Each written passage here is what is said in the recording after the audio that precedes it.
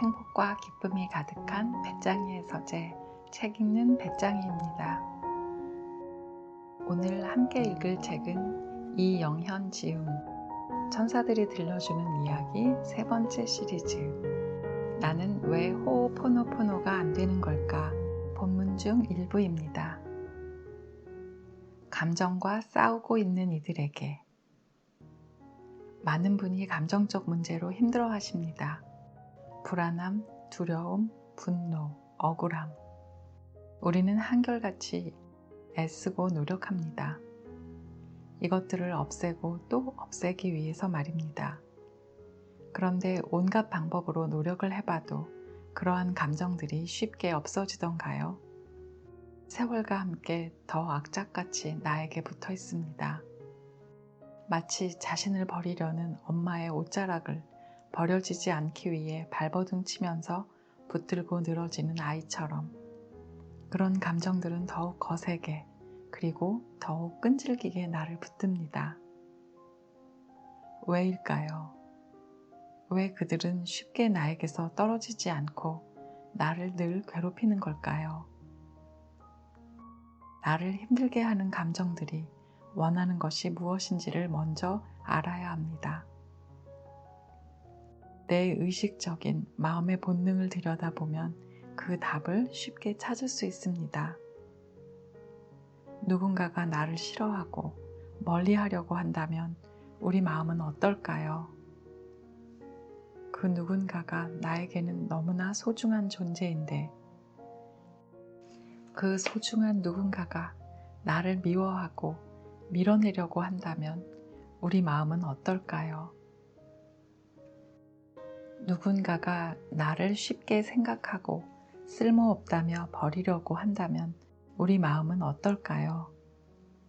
그 누군가가 나에게 없어서는 안 될 중요한 존재인데 그 중요한 누군가가 너 때문에 자신이 불행하다며 쉽게 날 버리려고 한다면 우리 마음은 어떨까요?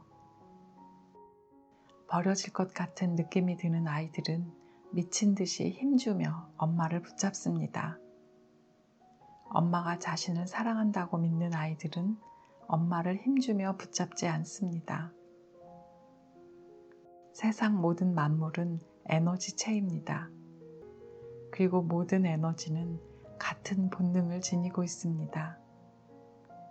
세상 모든 만물은 우리 마음과 똑같이 이해받고 싶어 하고 사랑받고 싶어 합니다. 저는 제 강의에서 정화에 대해 이렇게 말합니다. 정화는 존중에서 비롯된다고요. 깨끗하고 예쁜 것을 선별하고 그것으로 내 내면을 채우는 것은 결코 정화가 아닙니다. 내 내면에서 예쁘지 않다는 이유로 외면당하고 깨끗하지 않다는 이유로 꼭꼭 숨겨오고 사는데 별 이득이 되지 않는다는 이유로 미워했던 모든 것들을 드러내어 존중해 주는 것이 정화입니다. 우리는 두려움을 피하려고 하고 단점을 숨기려고 하고 슬픔을 없애려 합니다. 하지만 그들이 바라는 것은 그저 차별 없이 인식받고 이해받는 것입니다. 깨끗하고 예쁜 것들과 똑같이 존중받으면서 이해받고 싶어 하는 것, 단지 그것뿐입니다. 우리가 타인을 향해 바라는 그것과 같습니다.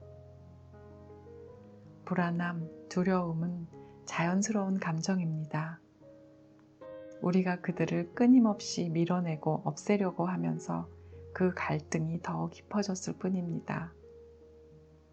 자연스러운 그 감정들은 마치 죄인처럼 취급되면서 왜곡됐을 뿐입니다. 그냥 바라봐 주세요. 내 안에 있는 수십 가지 감정들을 차별 없이 말입니다. 두려움이 나오면 그 두려움을 바라보고 충분히 두려워할 수 있다고 이해해 주세요. 두려움, 내가 있어도 나는 괜찮다고. 그러니 충분히 나와도 된다고 허용해 주세요. 불안함이 나오면 그 불안함을 그냥 봐주세요. 불안할 만하니 나온 것이라고 괜찮다고 말해주세요. 네가 있어도 내 인생은 여전히 잘 돌아가고 있으니 걱정 말고 거기 있어도 된다고 허용해 주세요. 분노가 나오면 그냥 그 분노가 하려는 행동을 지켜봐 주세요. 충분히 네가 나올 만했다고 격려해 주세요. 네가 나와서 이 일을 망칠지도 모른다는 걱정은 할 필요 없다고 안심시켜 주세요. 그렇게 그들이 충분히 이해받게 되면 그제야 정화가 이루어집니다. 그제야 외로웠던 그들과 지친 내 의식 사이에 진짜 교감이 이루어집니다. 내가 특별히 불행한 인생이라서, 내가 특별히 이상해서 부정적인 감정에 휩싸이는 것이 아닙니다. 모든 사람이 다 가지고 사는 수많은 감정일 뿐인데 내가 그들을 유독 외면하고 미워해서 불행했던 겁니다. 미운 존재가 있는데 어떻게 인생이 밝을 수가 있겠습니까? 그 감정 자체가 내 인생을 불행하게 만들어 왔던 것이 아니라 그 감정을 미워하는 내 마음이 내 인생을 불행하게 만들어 왔던 것입니다. 언젠가 억울한 일이 있어 눈물이 나오려고 할 때 억지로 참고 있는 저에게 케오라가 이렇게 말했습니다. 웃음만 신의 선물이 아니야. 눈물도 신의 선물이야. 신이 주신 선물, 차별하지 말고 가려받지도 말고 다 누리세요. 진짜 행복은 부정적인 감정을 없앴을 때 오는 것이 아닙니다. 부정적인 감정이란 애초에 있지 않았다는 것을 알게 될 때 느낄 수 있는 것입니다. 모든 감정이 다 소중하다는 것을 허용할 때 진짜 행복을 누릴 수 있게 됩니다. 그리고 잊지 마세요. 충분히 사랑받고 이해받은 감정은 결코 내 현실에 해를 주지 않습니다. 정화와 소통 강의 에피소드 2. 한눈에 봐도 일생 반듯하고 단아하게 살아오신 티가 얼굴에서 그대로 묻어나는 선생님이 계셨습니다. 그런데 이분을 정화하니 미인이시기는 한데 따뜻한 느낌이 없었습니다. 선생님, 똑 부러지게 주변 잘 챙기면서 살아오셨을 것 같은데 어쩌면 정작 선생님 주변 사람들은 외로웠을지도 모르겠다는 생각이 듭니다. 특히 자녀분이 있다면 말입니다. 나를 잘 챙겨주는 엄마이기는 했지만 정작 내 마음을 위로해주는 따뜻함을 느끼지 못하고 컸을 것 같아요. 그러면 그 자녀가 힘들고 외로울 때 엄마에게 진심으로 마음을 터놓고 기대기는 힘들게 됩니다. 선생님께서는 본인의 의도와는 다르게 자신의 바른 기준으로 엄격하게 주변을 대해왔던 부분에 대해서 인정하시는 듯 고개를 끄덕이셨습니다. 그리고 몇 개월 후 이 레벨에서 다시 만난 선생님은 제가 몰라볼 정도로 인상이 변해 있었습니다. 그 전에 반듯하고 차가운 느낌은 온데간데 없고 누구보다 따뜻한 미소로 저에게 인사하시는 모습을 보면서 제가 이전에 만났던 그분이 맞는지 한참을 생각해야 할 정도였습니다. 이 레벨 강의에서 선생님은 이런 고민을 말씀하셨습니다. 저는 대단한 사람은 아니지만 나름대로 일생 편하게 인생을 잘 살아온 것 같습니다. 그런데 자식은 제 마음대로 되질 않네요. 능력도 뛰어난 아이인데 내 기대만큼 평탄한 인생을 살고 있지 못한 것 같아 마음이 안 좋습니다. 그리고 그 아이가 가장 힘든 시기에 저에게 마음을 닫고 있어 더 안쓰럽습니다. 저에게 마음을 열고 다가오지 않으니 제가 어떻게 해야 할지도 모르겠어요. 그 후 그분의 잠재의식에게 물었습니다. 어떤 메시지를 전해줘야 선생님께 도움이 될까요? 하고 말입니다. 그러자 그분의 잠재의식으로부터 이런 메시지가 느껴졌습니다. 너의 인생은 소녀야. 예쁘고 바르고 똑똑한 소녀. 하지만 조금 까칠기도 해. 왜냐하면 내가 아는 것이 모두 맞다고 우기고 싶은 사춘기 시절이거든.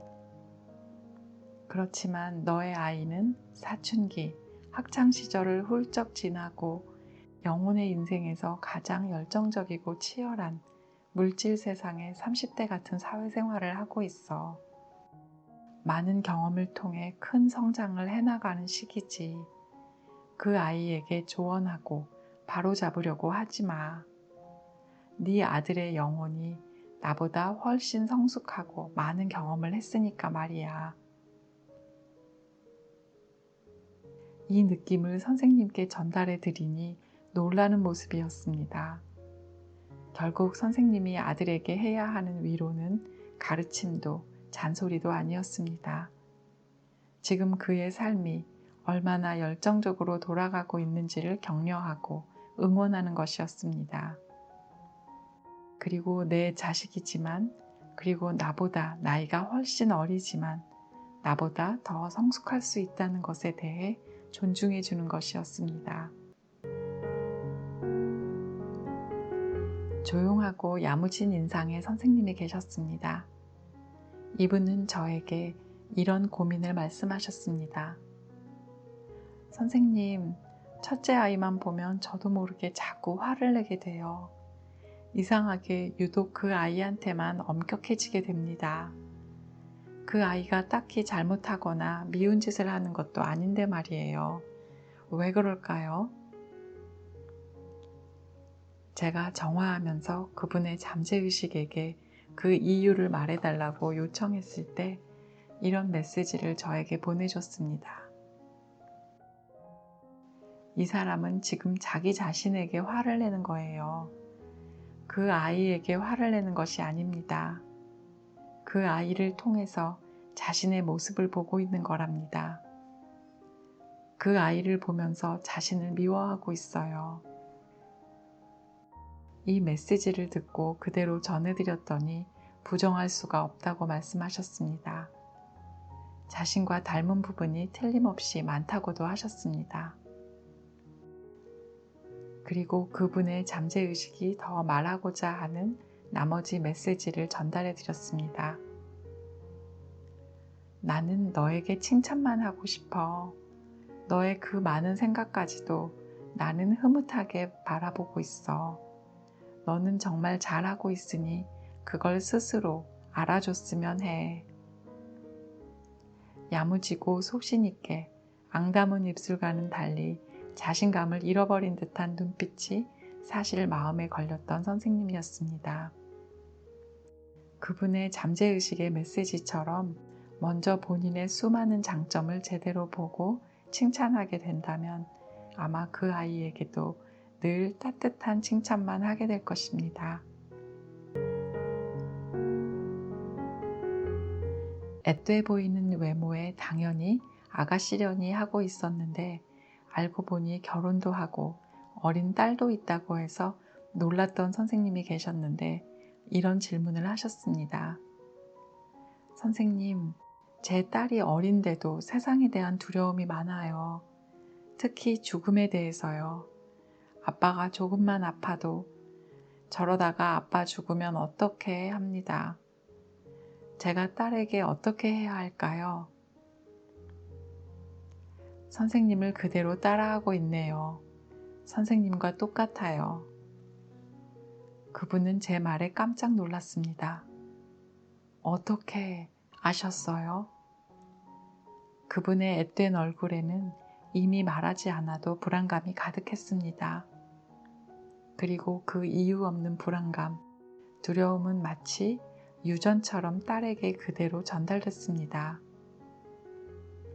다행스럽게 어린 딸이 그 선생님과 에너지 탯줄이 그대로 연결되어 있으니 스스로 잠재의식의 중심을 잡고 불안감을 정화해 나갈 수 있다면 아이의 불안감도 자연스럽게 소멸될 것입니다.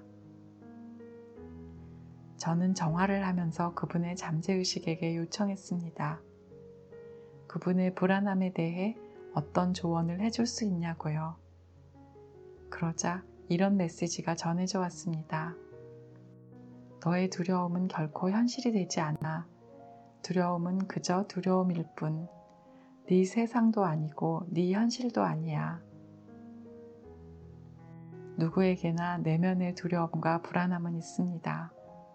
하지만 인디언의 속담처럼 그것에 먹이를 주면서 덩치를 키울지 말지는 우리 현재의식의 몫입니다.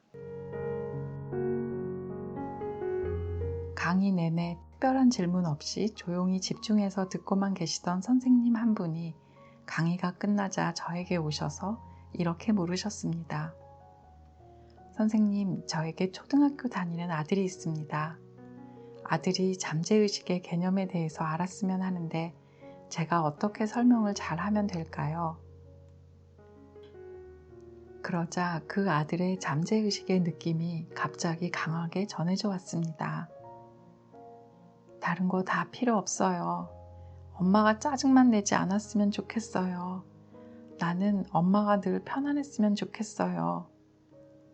그 느낌을 그대로 전했더니 선생님은 이내 눈물을 보이시며 고개를 끄덕이셨습니다.